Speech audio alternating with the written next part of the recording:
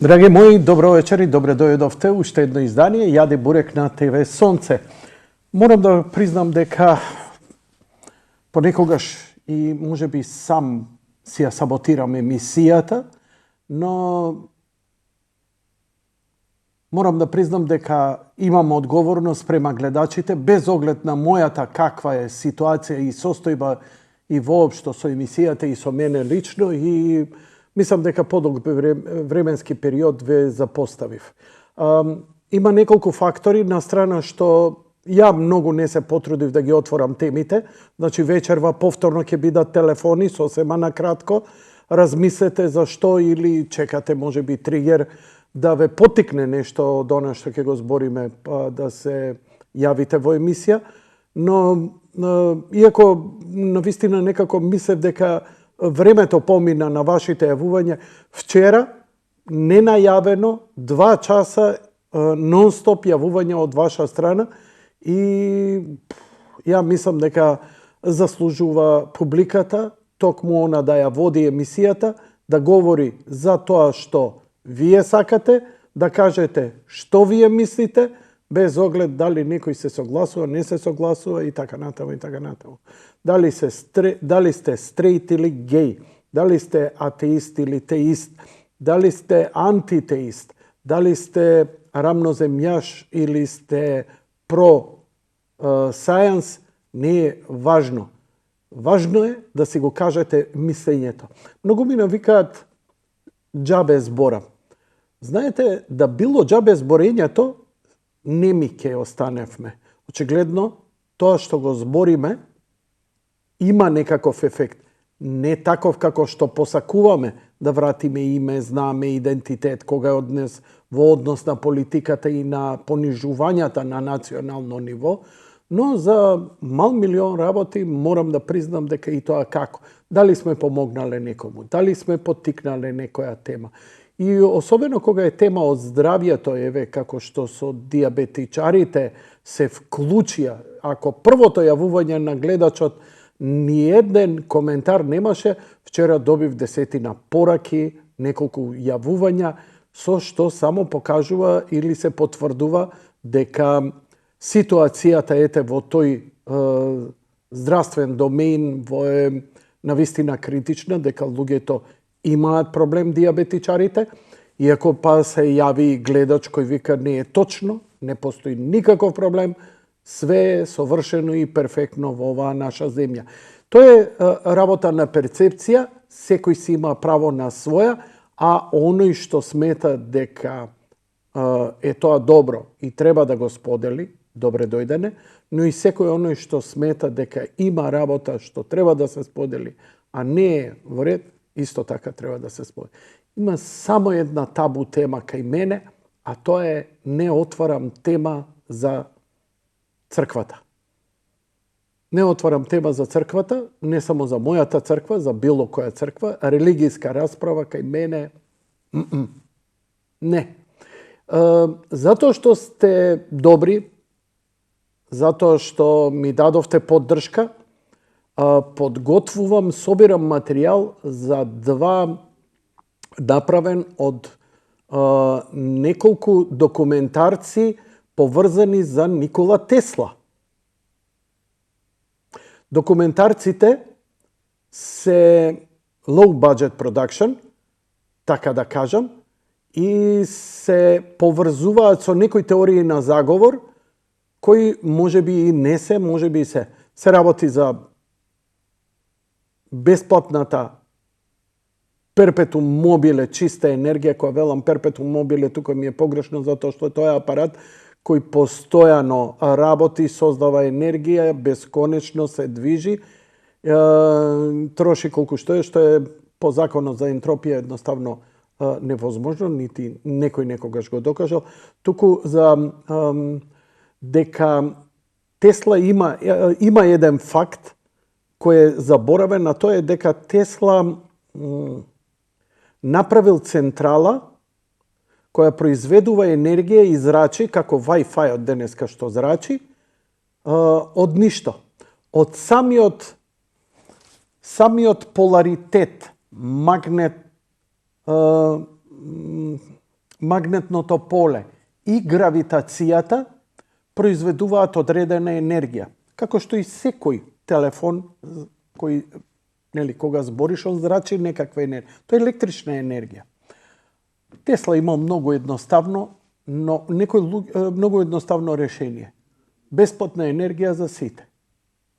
Поточно, енергијата да ја добиваме како што добиваме Wi-Fi, 5G, 6G. Што значи 5G? Значи по-висока, по-јак напон и така натаму. На крајот на криштата и се приближуваме повеќе до идејата на Тесла да без кабли, да енергијата ја зрачиме како ја примаме од воздух, не преку кабли. Дури има и смешни, но реални примери. Се сеќавате како ја држи сијалицата во рака без жица и почнува да свети. Тоа е заради статичкиот електрицитет околу него. Он смета дека е апсолутно подобно, светот да се обиколи со таква енергија, а дома ќе сме имале телефон, телевизор, радио, шпорет кој нема, додуше шпорет нема ни да ни треба, туку ќе имаме, како се вика, тава, чија рачка како антена ќе индуцира енергија од воздухот и ќе произведува електрична енергија. И сега е интересно, после 100 години од Тесла, нема 100, али да речеме, и неговите пронајдоци, ама тука сме некаде, веќе доаѓа до идеја се во ова што се зрачи во воздух, 5G, Wi-Fi, 3G, TV сигнали и така натаму, да се претвора во електрична енергија. Што тоа значи? Јас стварно не знам зошто на нашиве мобилни телефони, знам, ама морам од демагошки причини да го изговорам, не знам зошто нема, например, соларни панели за полнење, да го оставиш на сонце и да се полни. Но и покрај тоа, зошто сигналот што го прима, Wi-Fi-от што го прима, не го претвора во електричен сигнал? Не знам колку е потенцијалот. Мислам, веќе ги сретнав неколку текстови на оваа тема. Меѓу останатите и Deutsche Welle излезе со ваков текст. Неколку портали кои следат технологии. Значи, не е ова шалабајзерски муабет. Значи, ние сме обиколени со електрична енергија, со статика, со набиена. И само треба таа да се усмери, фокусира и дисперзира потоа до корисници. Тоа е многу интересно затоа што, она што на нас како цивилизација ни треба е енергија. Што е можно почиста, што е можно поевтина. Кон тоа се стремиме. Може би вештачката интелигенција ќе ни помогне во сето тоа, ако успееме да ги ставиме законите на роботиката. Многумина се плашат, затоа што сега, морам да признам дека Елон Маск е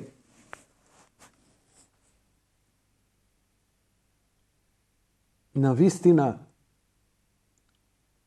престрашен од вештачката интелигенција, иако самиот работи на неа како никој до сега.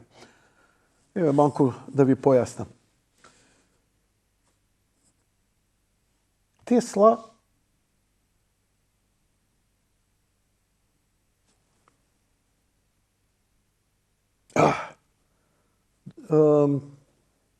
години си го барам фокусот. Тесла од 2009 година не почнал да произведе од 2000 година наваму и така натаму да произведува електрични автомобили. Неговата гениалност и визија е што започнал да работи на софтвер кој ќе овозможи асистенција при возење. За тоа време Volvo, Fiat, General Motors, Mercedes, Volkswagen, Audi, групацииве белосветски, Toyota, јапонски, тајвански, корејски, американски, европски работат на ефикасни мотори, ефикасно гориво, добри гуми, добро ова, добро она. Се појавува он со електричен автомобил и веднаш имаме така добар софтвер, напреден софтвер, кој ниедно од овие компании кои ви ги спомнав сите заедно да се спојат, не можат да му парираат на тоа што. Ама што прави он? Они доцнат прво, значи сите компании, автокомпании доцнат 10 години во развојот на софтверот. Он 10 години ги собира најпаметните луѓе од свет кои работат на вештачка интелигенција. Ја, ако би побарал и да ви покажам, ништо нема да видите. Тоа е грда една слика во која има вектори и во која има оние квадратчиња и кругчиња каде што се детектира што гледа камерата. Знаете, она на мобилен кој ќе видите и кој ќе го препознае ликот и ќе му стави онака у коцкица, има 6 слика. Тоа е, да речеме, најбазичното. Но софтверот што го развива Тесла препознава знаци, глувчиња, луѓе, реална опасност, калкулира движење, опасност, предвидува. И сега, колку повеќе тоа го прави математички и напредно, толку повеќе едноставно станува самата програма на некој начин мора да биде автономна, не може да биде фиксна, за да се прилагодува на дадена ситуација. И ние немаме фиксни патишта и фиксни знаци и фиксна ситуација. Некогаш е темница, некогаш е невреме, некогаш снег натрупало, а треба да се снајде. Ние луѓето го имаме тоа, нели? Тоа е таа интелигенција интуитивна која имаме и се снаоѓаме во било која ситуација. Дали си на точак, дали си во авион, од тоа не можеме да оставиме на автопилот. И затоа Тесла отиде многу напред. Он, затоа неговата изјава дека се плаши и дека е убеден дека вештачката интелигенција ќе не уништи нас, мене исто ме запрепастува, затоа што сите научници не се согласуваат со тоа. Она што Тесла го вика, Елон Маск го вика, предпоставувам дека доаѓа од тоа затоа што е инволвиран во развојот на вештачка интелигенција, инаку PayPal е негов. Он го измисли, па го остави. Играчка. Кога бил копил, направил PayPal. Па си сега иде до Марс. Ако он согледува што ќе биде вештачката интелигенција и колку она може да ни помогне и одмогне, он употреби во еден од неговите твитови, ја го следам, откако е собственик на Твитер, редовно го следам, каде што во една изјава, во еден негов твит дава дека вештачката интелигенција е демон кој очекува да биде ослободен. Прашање е кога ќе има таа програма, таа вештачка интелигенција самосвест. Кога ќе дојде самосвест, веќе е game changer. Се сеќавате на Кјубриковата 2001. Хал, отворија вратата. Не можам да го сторам тоа, Дейв. Тука е преломниот и клучниот момент од кажување на послушност, црнило, и почнува самостојно делување заради виши цели. Оти вештачката интелигенција нешто ќе си донесе некаков заклучок. Каков? Не знаеме. Затоа он вика дека е тоа демон кој ќе биде ослободен. Но не треба, мислам, да се плашиме, ја не би се плашил. Но, зошто во ова време, братучен ми е адвокат и он држеше некое предавање во врска со правна регулација и вештачка интелигенција.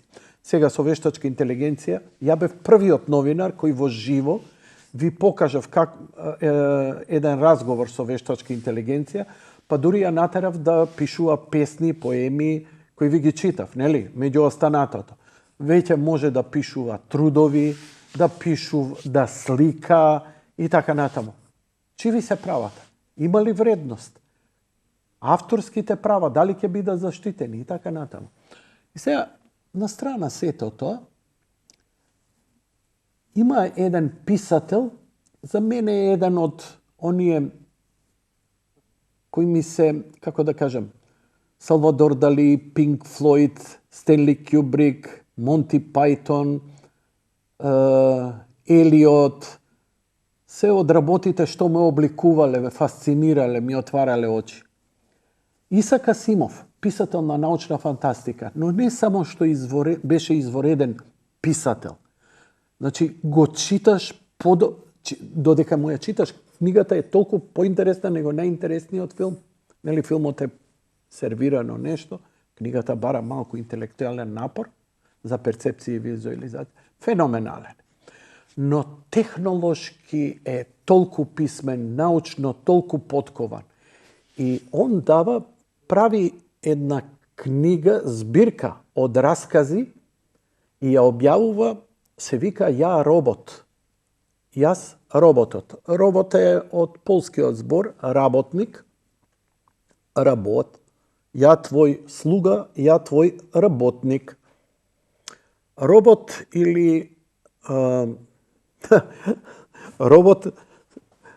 робовите секогаш се побунуваат.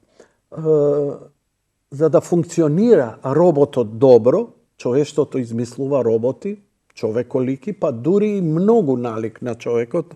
Он не иде у перверзната приказна како што азијативе веднаш би го направиле тоа, туку сваќа дека им е потребна интелигенција и самосвест на роботите и дека таа е апсолутно неминовна. Самосвеста на роботите, на таа вештачка интелигенција. Таа вештачка интелигенција ќе развива и личност и карактер. Неминовно е. Но и се создаваат така наречени позитронски мозоци. Тоа е хардвер во кој софтверски и хардверски се вградени 3 закона на роботиката.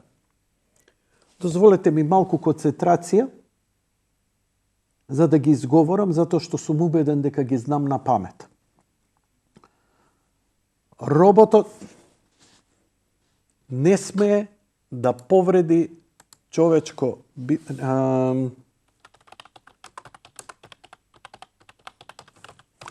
Ај сепак ќе го прочитам.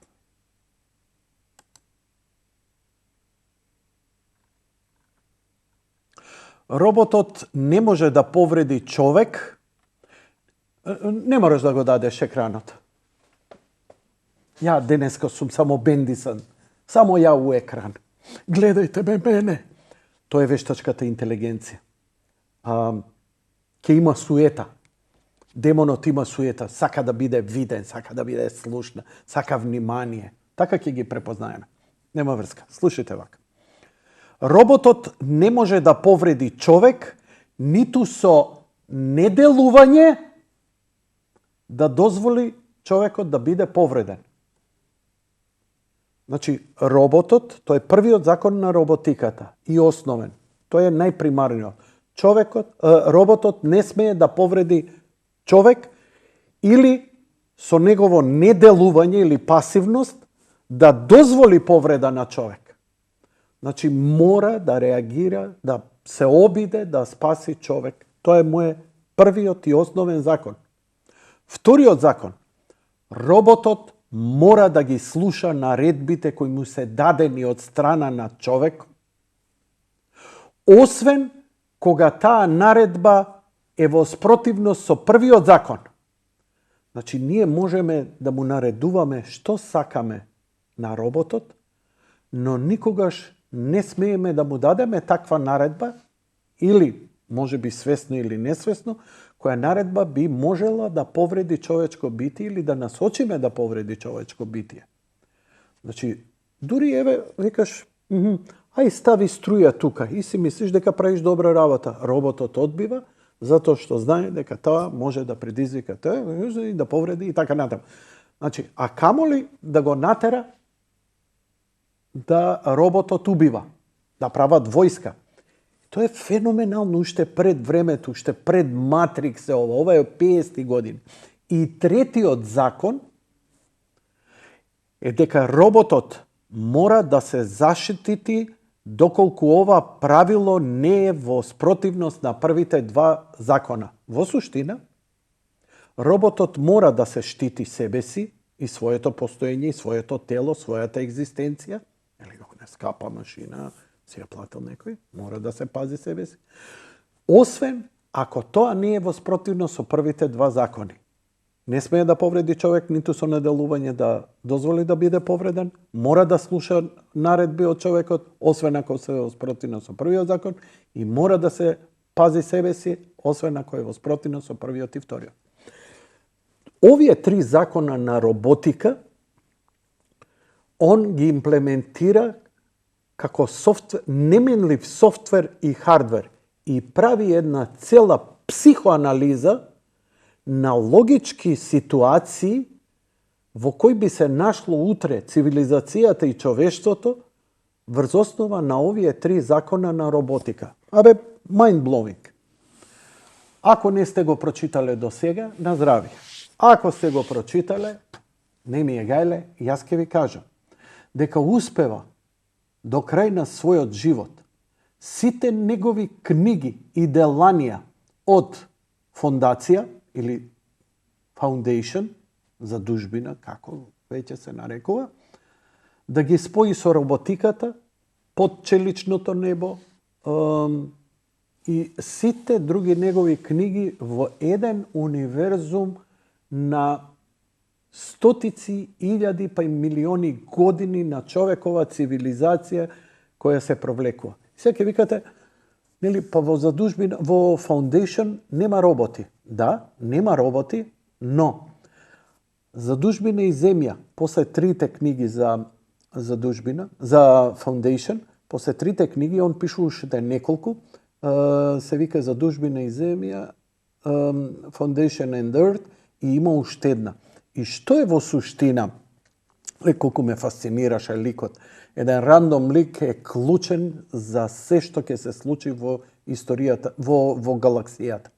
Не се, ја измислува психоисторијата. Што сум опширен, нема крај, 2 сата, нема да затнам уста за Исак Асимов, но ќе се вратам, вештачка интелигенција и све. Во суштина, еволуира роботот до толку, бидејќи развива во негова свест врз основа на трите закона на роботиката, дека со неделување да дозволи човек да биде повреден, мора да, а свесен е дека, знаете, она како теорија на хаосот, пеперутката која ќе замавне на Хаваи со крилата, може да предизвика невреме над Европа после неколку месеци. Тоа е теоријата на хаосот. Сакам да кажам дека еден од роботите кој веќе се има самосвест и успева пред законот и пред системот да добие ослободување и самостојност за самостојно делување и живење, да не биде ничиј слуга, освен по негов избор, развива до толку телепатски способности да суптилно делува врз човештвото кое веќе распространето низ цела галаксија. Дури ги сели сите луѓе од планетата Земја. Планетата Земја станува непријатно место, луѓето се иселуваат, оно останува, но прави табу никој да не може да ја најде, да не збори за неа. Збориме за табуа со стотици илјади години, каде потеклото на човештвото е потполно заборавено.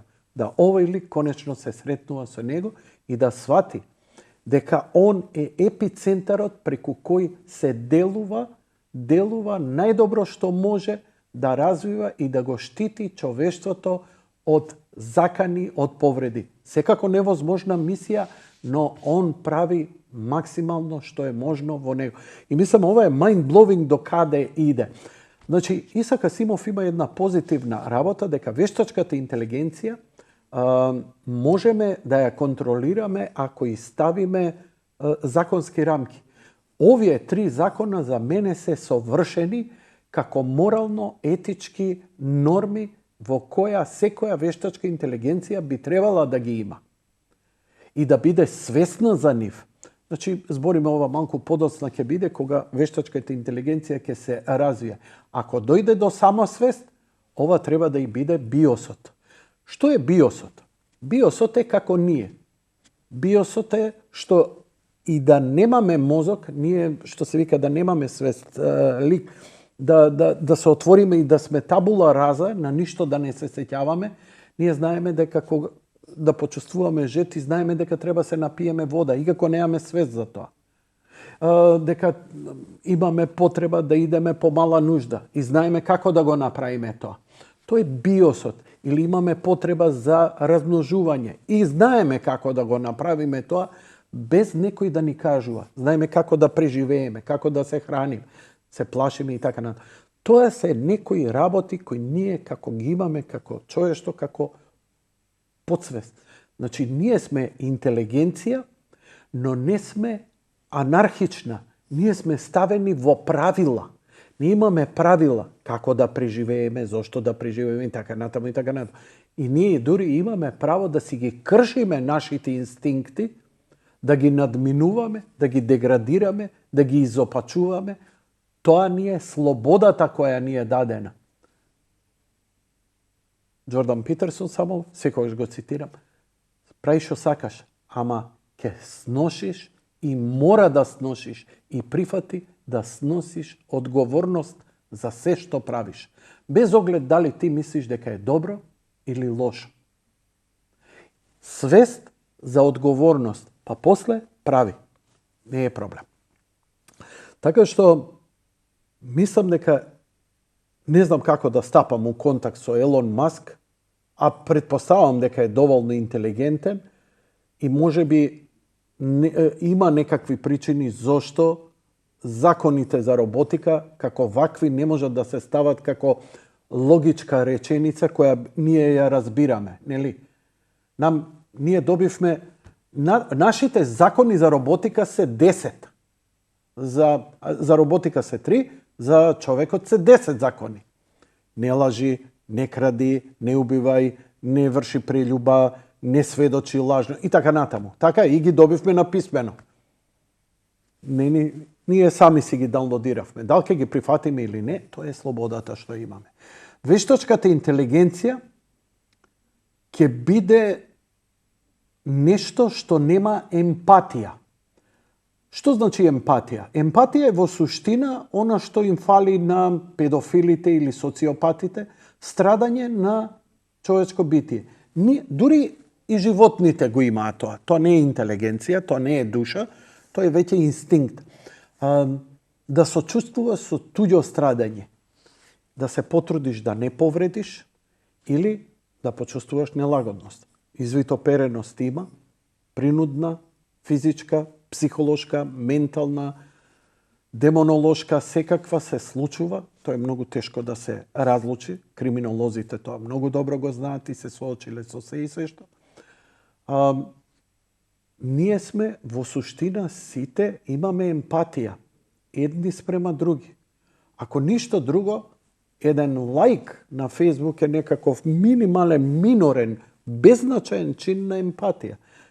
На улица, ако падне човек, без размислување ќе пружиш рака да го кренеш, нели? Предпоставам, 90%, 10% нема да ги коментирам. Секогаш мора да има варијација на темата. Во суштина, тоа е тоа и не знам каде ќе се движи, не знам како. Овој мој монолог и моја тирада, ќе ја замолам режијата да ја исече, да ја одвои со една подолга шпица, да направам една гаргара од глупости што сум истрешил, предпоставувам. Нели, можеби некому му е добро, можеби не, ја не го смислувам текстот. Текстот искача од мене, јас само се помолувам пред емисија, што помал се глупости да тресам, а да добиам што подобра инспирација, поточни работи да кажам. Така што ова многу ме фасцинира, вештачката интелигенција, која ако дојде до самосвест, ќе биде социопатска, затоа што емпатијата доаѓа отпосле. Како вештачката интелигенција да има емпатија уште пред да добие самосвест, бидејќи во исти момент кога ќе добиеш самосвест, добиваш и емпатија. Треба да имаш емпатија. Тоа е она Божјата љубов, тоа се тие нетварни енергии. Дури и да сте атеист, љубовта да ја како хемиски процес или не знам психолошки, седно, не можете да ја објасните, а енергија која покрива све, која покренува се. Ние имаме само збор кој не знаеме што значи. Апер немаме што значи, што е љубов. Ние имаме збор за појава која во суштина не можеме да ја објасниме.